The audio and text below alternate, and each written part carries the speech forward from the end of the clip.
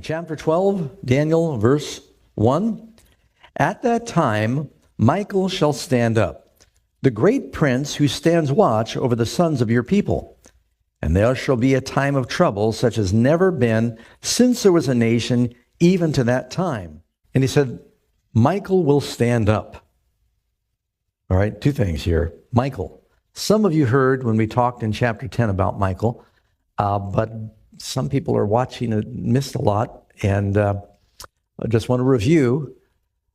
Michael is one of the pre-incarnation names for Christ. Christ is the everlasting Son of God. He is not an angel. People hear me say Michael the archangel is Jesus. They go, you don't think Jesus is the Son of God, or you don't think Jesus is eternal. No. It's the other way around.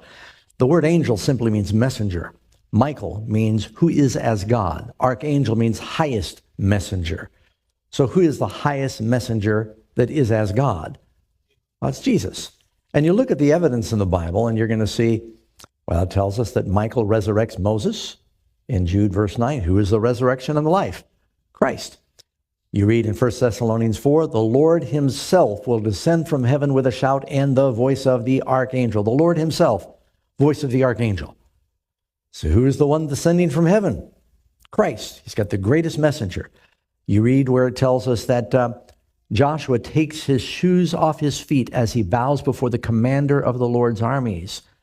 And many think that was what they call a Christophany, where Jesus appears to humans. But he says he's commander of the Lord's armies, another term for Michael, but he's taking off his shoes because he's worshiping, and you only worship God. You with me?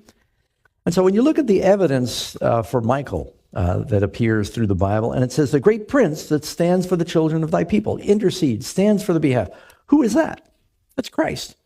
Now, just so I've heard people say, well, this is some weird Seventh-day Adventist teaching. No, friend, sorry, it is a Protestant teaching. Melanchthon, Luther's partner, insisted Michael is Christ.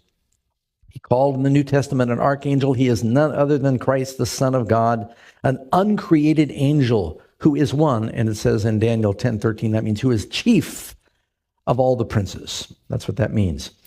John Gill, he says in his commentary, superior to angels in nature, name, and office, he came to help Gabriel, not as a creature, but as the Lord of hosts. Michael is commonly, this is John Wesley, Michael is commonly supposed to mean Christ. One more evidence for that. When you get to Revelation chapter 12, Michael and his angels fought against the dragon and his angels. Well, who is the dragon? Dragon's a symbolic name for the chief of evil, the devil. If that's true, then why would we doubt that Michael is a symbolic name for the chief of good, God the Son? And so I think there's lots of evidence for that. Now, please request the free booklet if you've got questions on that, because there's a lot more scripture. The free booklet is on who is Michael the Archangel.